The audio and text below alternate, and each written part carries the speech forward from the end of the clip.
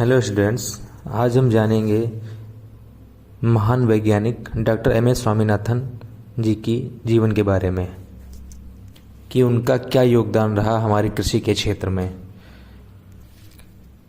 Doctor M S Swaminathan, जिनका पूरा नाम मनकोम्बू संबशिवन स्वामीनाथन है, भारत के आनुवंशिक वैज्ञानिक हैं जिन्हें भारत की हरित क्रांति का जनक माना जाता है। उन्होंने 1966 में मैक्सिको के बीजों को पंजाब की घरेलू किस्मों के साथ मिश्रित करके उच्च उत्पादकता वाले गेहूं के संकर बीज विकसित किए।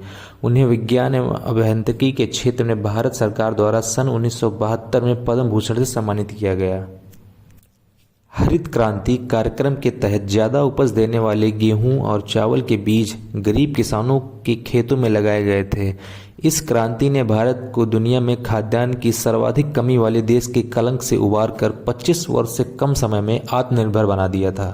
उस समय भारत के कृषि पुनर्जागरण ने स्वामीनाथन को कृषि क्रांति आंदोलन के वैज्ञानिक नेता के रूप में ख्याति दिलाई। अब हम जानते हैं कि उन्हें क्यों फादर ऑफ ग्रीन रिवॉल्यूशन यानी हरित क्रांति के पिता क्यों कहते हैं। भारत लाखों गांवों का देश है और यहाँ की अधिकांश जनता कृषि के साथ जुड़ी हुई है। इसके बावजूद अनेक वर्षों तक यहाँ कृषि से संबंधित जनता भी भूखमरी के कगार पर अपना जीवन बिता रही थी। इस कारण कुछ भी हो, पर यह भी सत्य है कि ब्रिटिश शासनकाल में भी खेती अथवा मजदूरी से जुड़े हुए अनेक लोगों को बड़ी कठिनाई से खाना प्राप्त होता था। कई अकाल भी पड़ चुके थे। भारत के संबंध में यह भावना बन चुकी थी कि कृषि से जुड़े होने के बावजूद भारत के लिए भूखमरी से निजात पाना कठिन है। इस कारण यही था कि भारत में कृषि के सदियों से चले आ रहे उपकरण और बीजों का प्रयोग होता रहा था। फसलों की उन्नति के लिए बीजों में सुधार की ओर किसी ने ध्यान नहीं दिया गया।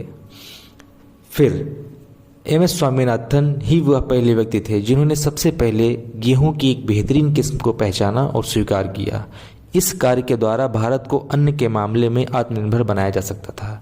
यह मैक्सिकन गेहूं की एक किस्म थी जिसे स्वामीनाथन ने भारतीय खाद्यान्न की कमी दूर करने के लिए सबसे पहले अपनाने के लिए स्वीकार किया।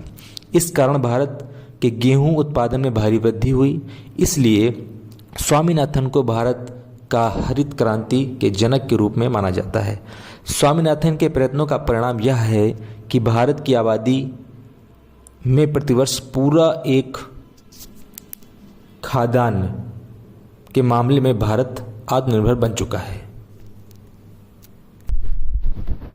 हरित क्रांति की उपलब्धि के बाद स्वामीनाथन जी को कई पुरस्कार से सम्मानित किया गया, जिसमें 1971 में सामुदायिक नेतृत्व के लिए मैग्सेसे पुरस्कार, 1986 में अल्बर्ट आइंस्टीन वर्ल्ड साइंस पुरस्कार, 1987 में पहला विश्व खाद्य पुरस्कार, 1991 में अमेरिका में टाइलर पुरस्कार, 1994 में पर्यावरण तकनीक के लिए जापान का होंडा पुरस्कार, 1997 में फ्रांस का आर्डर डू मेरिट एग्रीकोल पुरस्कार, 1998 में सूरी बॉटेनिकल गार्डन अमेरिका पुरस्कार, 1999 में वाल्वो इंटरनेशनल एनवायरनमेंट पुरस्कार, 1999 में यूनेस्को गांधी स्वर्ग पदक पुरस्कार से सम्मानित किया गया। भारत सरकार ने एम एस स्वामीनाथन को पद्म श्री 1967 में, पद्म भूषण 1972 में और पद्म विभूषण 1989 में सम्मानित किया गया था। धन्यवाद। हेलो स्टूडेंट्स, आज हम जानेंगे महान वैज्ञानिक डॉक्टर एम एस स्वामीनाथन जी की जीवन के बारे में कि उनका क्या योगदान रहा हमारी कृषि के क्षेत्र में। डॉक्टर